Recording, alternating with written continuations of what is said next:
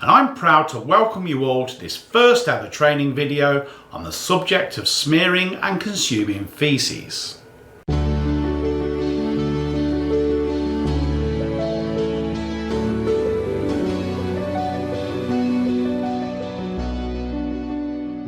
By exploring the hidden functions behind this problematic behaviour.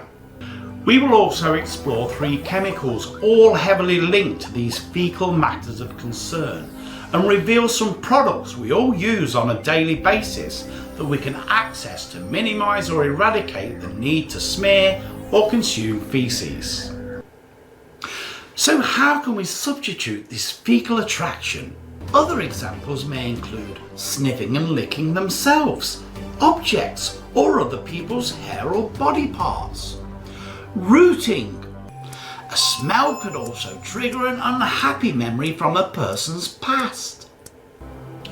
A person with a type of dementia may be reenacting a past job or hobby. To stick the pages to the wall, Tim used his own faeces. As Tim's needs were met proactively, the assaults on support workers and the smearing of faeces both reduced, and Tim's quality of life dramatically improved. PBS, a plan of action, support and eradicate that fecal attraction.